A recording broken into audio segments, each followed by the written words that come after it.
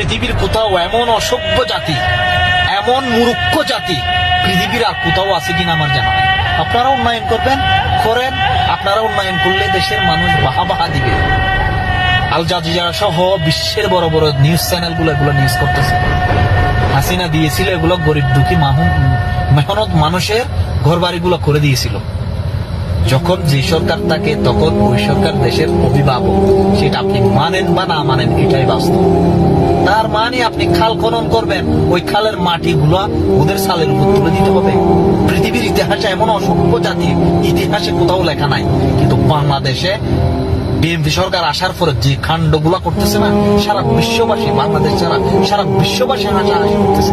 এখন যে আমি বাংলা ভাষায় কথা বলতেছি, সারা ওয়ার্ল্ডে দেখবে যার যার নিজ ভাষায়। এমন প্রযুক্তি পৃথিবীতে তৈরি হয়ে গেল, কিন্তু এই বিএনপি, এই আবাল সুদা, এই মূর্খ সুদা, এগুলা মূর্খ সারা জীবন থেকে যাবে। এগুলো কখনো শিক্ষা হবে না। আগের থেকে তারা শিক্ষা নিতে পারে নাই, জীবনও তারা শিক্ষা হবে না। এটাই বাস্তব।